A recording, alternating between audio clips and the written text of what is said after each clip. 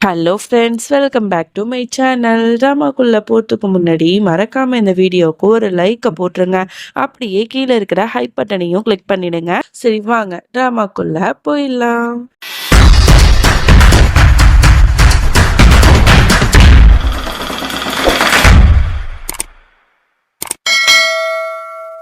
Episode லாஸ்ட்ல நம்மளோட சித்தார்த் வந்து நைட்டு எந்திரிச்சு பார்த்துருப்பான். ரோஹிணி வந்து காணாம போயிருப்பா. எங்க போனான்னு தெரியலையே அப்படின்னு சொல்லிட்டு மனோரஞ்சினிட்ட கேட்டா அவங்க வந்து போய் சொல்லிட்டு இருப்பாங்க.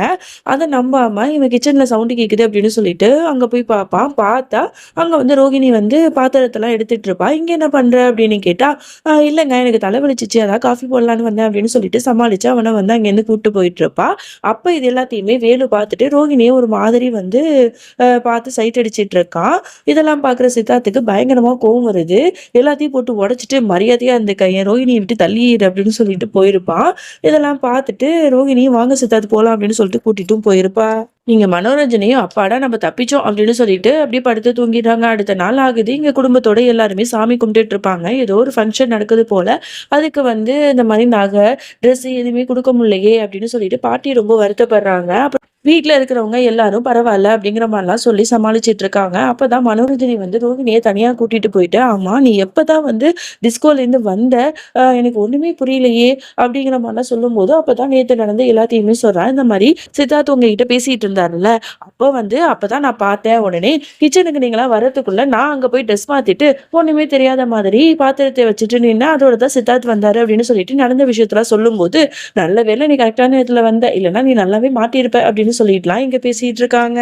சரி, அந்த வேலு வந்து என்ன சொன்னா அப்படிங்கிற மாதிரி மனோரஞ்சனி கேட்கும்போது உடனே வந்து ரோகிணி சொல்லிட்டு இருக்கா, நான் அவன்கிட்ட சொல்லிட்டேன், இந்த மாதிரி வந்து இந்த ஹோம்லியா இருக்கிறது, இந்த குடும்பத்துல வந்து இந்த மாதிரிலாம் கஷ்டப்படுறது இது எதுவுமே எனக்கு பிடிக்கல. நான் நானாவே இருக்கிறதுக்கு என்னால வந்து முடிய மாட்டுது. சித்தார்த்தையும் எனக்கு வந்து சுத்தமா பிடிக்கல, அந்த வீட்டுல இருக்கிறவங்களையுமே பிடிக்கல. எனக்கு பிடிச்சது இந்த டிஸ்கோக்கு வந்து ஜாலியா வந்து இருக்கணும், அதுதான் அப்படிங்கிற மாதிரிலாம் அவன் கிட்ட சொன்னேன். அவனும் கிட்டத்தட்ட நம்புற மாதிரி தான் வந்து ஃபேஸ் கட் வச்சிருந்தான் அப்படிங்கிற மாதிரிலாம் சொல்லும் போது, ஓகே ஓகே நீ இப்படியே கண்டினியூ பண்ண அப்படிங்கிற மாதிரி பாட்டி சொல்லிட்டு இருக்காங்க. அதை விட இங்க சசி கத்துற சவுண்டு கேக்குது. என்னன்னு சொல்லிட்டு பார்த்தா அவ என்ன பண்றா, ஒரு ஜுவல்லரி கடை ஓனரை வந்து வர சொல்லியிருப்பா போல. அவரு வந்து நிறைய ஜுவல்லரி எடுத்து எடுத்து காட்டுறாரு. அதெல்லாம் பார்த்து எல்லாத்தையும் ஒன்னா வந்து வாங்கிட்டு இருக்கா. இதெல்லாம் பாக்குற மொத்த குடும்பத்துக்குமே ஒரு மாதிரியா இருக்கு. நம்மளோட பணத்தை வச்சுட்டு நமக்கே வந்து ஆப்பு வைக்கிறாளே அப்படிங்கிற மாதிரியே பார்த்துட்டு இருப்பாங்க. அப்பதான் வந்து சீமா தனியா கூட்டிட்டு போயிட்டு இந்த மாதிரி ரோஹிணிகிட்ட வந்து வான் பண்ணுவா. இந்த பாரு ரோஹிணி, அந்த வேலுட்டேருந்து நீ தள்ளியே இரு, அவன் வந்து உன்னை பாக்குற பார்வையே சரியில்லை அப்படிங்கிற மாதிரிலாம் சொல்லும் போது உடனே ரோகிணி வந்து என்ன பண்ணுவா, வேலுவை பாப்பா. வேலு வந்து இப்படியே பார்த்துட்டு இருப்பான். அதனால அவ சொல்லுவா, இந்த பாருங்கக்கா, உங்க இஷ்டத்துக்கு நீங்களே சொல்லிட்டு இருக்காதீங்க, உங்களோட அட்வைஸை நீங்களே வச்சுக்கோங்க, தேவையில்லாம இந்த மாதிரிலாம் பேசாதீங்க அப்படின்னு சொல்லிட்டு பயங்கரமா கத்திடுவா.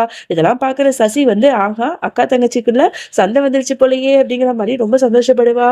வேலுவும் பார்த்துட்டு அவனுக்குமே வந்து இவ சொல்றதெல்லாம் உண்மைதான் போல அப்படிங்கிற மாதிரி நம்பிட்டு இருப்பான். உடனே வந்து பாட்டியில இருந்து எல்லாருக்குமே அதிர்ச்சியா இருக்கும். என்னடா அது இவங்க ரெண்டு பேரும் சண்டை போடுறாங்க அப்படின்னு சொல்லிட்டு ரொம்ப கண்ணா பின்னு திட்டி விட்ட உடனே சீமாவுக்கு ரொம்ப கஷ்டமா இருக்கும். அப்படியே அழுதுட்டு நிப்பா. அப்பதான் ரோகிணியை பார்த்துட்டு உடனே பாட்டி வந்து எதுக்கு அப்படி பண்ற அப்படின்னு சொல்லிட்டு கேட்கறதுக்கு போவாங்க. அப்ப மனோரஞ்சனி வந்து தடுப்பா. இதை பாருங்கக்கா, அவ சின்ன பொண்ணு தானே, ஏதாவது ஒரு கோவத்துல இருந்திருப்பா, அதனாலதான் இப்படிலாம் பேசிருப்பா, அவகிட்ட இப்ப பேசாதீங்க, அப்புறம் பேசிக்கலாம் அப்படின்னு சொல்லிட்டு வீட்டுல உள்ளவங்க எல்லாத்தையுமே அனுப்பி வச்சிருவா. அதை விட இங்க ரோஹிணி வந்து அழுதுட்டு இருப்பா. மனோரஞ்சனி வந்து சமாதானப்படுத்துவாங்க. எனக்கு தெரியுமா, வேலுவை நீ நம்ப வைக்கணுங்கிறதுக்காக தானே இப்பெல்லாம் பண்ற, கவலைப்படாத அப்படின்னு சொல்லிட்டு அட்வைஸ் பண்ணிட்டு இருப்பாங்க. அப்ப இது எல்லாத்தையுமே தூரத்துல இருந்து வேலு பாப்பா. உடனே மனோரஞ்சனி அவங்களையுமே வந்து இவ திட்டுற மாதிரி ரொம்ப கோவமா பேசிட்டு அங்கிருந்து போயிடுவா. அவங்களும் புரிஞ்சுக்கிறாங்க, ஓகே பின்னாடி வேலு நிக்கிறான் போல அப்படின்னு சொல்லிட்டு. உடனே அவங்க வந்து பேசிட்டு இருக்காங்க, இந்த ரோஹிணி எவ்வளவு திமிரு பிடிச்ச பொண்ணா இருக்கா அப்படிங்கிற மாதிரிலாம் சொல்லிட்டு இருக்காங்க. வேலுக்கும் நல்லாவே தெரிஞ்சிருது ரோஹிணிக்கு வந்து இந்த வீட்டுல இருக்கிறதும் பிடிக்கல, சித்தார்த்தையுமே பிடிக்கல, அவளை ஈஸியா நம்ம கவர் பண்ணிடலாம் அப்படின்னு சொல்லிட்டு முடிவு பண்றான். அதை விட இங்க வீட்டு உள்ளாக்க வந்த உடனே இங்க சீமா உட்காந்து ரொம்ப கதறி கதறி அழுதுட்டு இருக்கா. இதெல்லாம் பார்க்கும்போது ரோஹிணிக்கு ரொம்பவே கஷ்டமா இருக்கும். உடனே ரோஹிணியை பார்த்த சீமா வந்து, என்னம்மா என்னாச்சு, உனக்கு உடம்பு சரியில்லையா, இப்பெல்லாம் பேச மாட்டியே, என் மேல உனக்கு கோவமா, சொல்லு, எதா இருந்தாலும் பேசிக்கலாம் அப்படின்னு சொல்லிட்டு சீமா பேசிக்கிட்டே இருக்கா. ரோஹிணிக்கு கண்ணெல்லாம் கலங்குது, எதுவுமே சொல்லாம அமைதியா நிக்கிறா. உடனே சீமா வந்து ரோஹிணியை கட்டி பிடிச்சிட்டு அப்படியே அழ ஆரம்பிச்சிடறா. ரோஹிணிக்குமே மனசு வருத்தமா இருக்கு, அவளுமே கட்டி பிடிச்சிட்டு அழறா. ஆனா எதுவுமே வந்து பேச மாட்டா. அதோட இங்க பரத்வாஜ் வீட்ல உள்ள எல்லாருமே வந்து இந்த மாரி ஒரு சின்ன அ கடையெல்லாம் இருக்கும்ல, அங்கலாம் போயிட்டு அவங்களுக்கு பிடிச்ச சின்ன சின்ன திங்ஸ்லாம் வாங்கிட்டு இருக்காங்க. இவ்ளோ பெரிய பணக்காரங்க இப்படி வந்துட்டாங்களேங்கிற மாரி தான் இருக்கு. அதோட இங்க சித்தார்த்த தான் காட்டுறாங்க. சித்தார்த்தோட செக்யூரிட்டியா தான் அந்த நேகா பொண்ணு வந்து ஜாயின் பண்ணியிருப்பா. அவ பதட்டத்துல ரொம்ப பயந்து போய் நிக்கிறா. உடனே சித்தார்த் வந்து "ஏன் அழற?" அப்படிங்கிற மாரி கேட்குறான். "இல்ல, இன்னைக்கு நான் லேட்டா வந்துட்டேன். பாஸ் வந்து என்ன திட்ட போறாரு." அப்படிங்கிற மாரி சொல்லும்போது, "இந்த பாரு, நீ ஒண்ணும் பயப்படாத. நீ எனக்கு தான் செக்யூரிட்டியா வேலை பார்க்குற. அதனால நான் உன்ன எதுவும் சொல்ல மாட்டேன். பாஸ்ட்ட நானே பேசிக்கிறேன். நீ வந்து ஜாலியா இரு." அப்படிங்கிற மாரிலாம் இவகிட்ட ரொம்ப ஃப்ரெண்ட்லியா பேசி பழகுறான். இதெல்லாம் பார்க்குற நேகாவுக்கு சித்தார்த்த ரொம்பவே பிடிக்க ஆரம்பிச்சிருது. அத விட இங்க வேலு வந்து என்ன பண்றான், ரோஹிணி தனியா நிக்கிறத பார்த்துட்டு, உடனே வந்து சசி இல்லன்னு தெரிஞ்சுக்கிட்டு அவகிட்ட போய் பேச போறான். "என்ன ரோகிணி என்ன பண்ணிட்டு இருக்க?" அப்படிங்கிற மாரிலாம் கேட்குறான். "ஏன் என்ன பண்ண? உனக்கு என்ன?" அப்படின்னு கேட்டா, "இன்னைக்கு நைட்டு டிஸ்கோக்கு வருவியா என்ன?" அப்படிங்கிற மாரி கேட்டா, "நான் எப்பவுமே வருவேன். நீ தான் அந்த சசிக்கு பயந்துகிட்டு இருப்ப." அப்படின்னு சொல்லிட்டு போவா. இவங்க 2 பேரும் இங்க பேசிட்டு இருக்கிறத பார்த்த சசிக்கு பயங்கரமா கோவம் வருது. உடனே வேலுவ கூப்பிட்டு கேட்கிறா, "உனக்கு எவ்வளவு திமிரு இருந்தா என்னோட எதிரி அந்த ரோகிணிட்ட பேசிட்டு இருப்ப?" அப்படின்னு சொல்லிட்டு. "ஐயோ! நீ வேற, அவள நான் திட்டிட்டு இருந்தேன். வேற ஒண்ணும் இல்ல அப்படின்னு சொல்லி சமாளிக்கிறான். அந்த சசியும் இதெல்லாம் நம்ப தான் செய்றா. அதோட நைட் ஆயிடுது. இங்க வந்து ரோகிணியும், வேலுவும் டிஸ்கோல தான் வந்து மீட் பண்ணிக்கிறாங்க. அப்போ வந்து இவன் ரோகிணிட்ட எப்போதும் போல ஃப்ளர்ட் பண்ணிட்டு இருக்கான். அவளுக்கு வந்து ஒரு செயின வந்து கிஃப்ட் பண்றான். இது வந்து டைமண்ட் நெக்லஸ் உனக்கு வேணுமா? அப்படிங்கிற மாரி கேட்கிறான். உடனே அவளும் வாங்குறதுக்கு போறா. அப்ப அது வேணும்னா என் கூட நீ டான்ஸ் பண்ணணும் அப்படிங்கிற மாரி சொல்ல, இவளும் விருப்பம் இல்லாம அவன் கூட டான்ஸ் பண்ணிட்டு இருக்கா. அதுக்கப்புறம் 2 பேரும் வந்ததுக்கப்புறம் அவன் அவகிட்ட வந்து ஒரு கண்டிஷன் வைக்கிறான். இந்த சரக்கு பாட்டில் ஃபுல்லா நம்ம 2 பேரும் ஒண்ணா சேர்ந்து காலி பண்ணணும். அப்பதான் இந்த செயின தருவேன் அப்படிங்கிற மாரிலாம் பேசிட்டு இருக்கான். இவளுக்கு என்ன பண்றதுன்னு ஒண்ணுமே புரியல. ஐய்யய்யோ! நம்ம சரக்குலாம் அடிக்க மாட்டோமே! இவன எப்படி ஏமாத்துறது?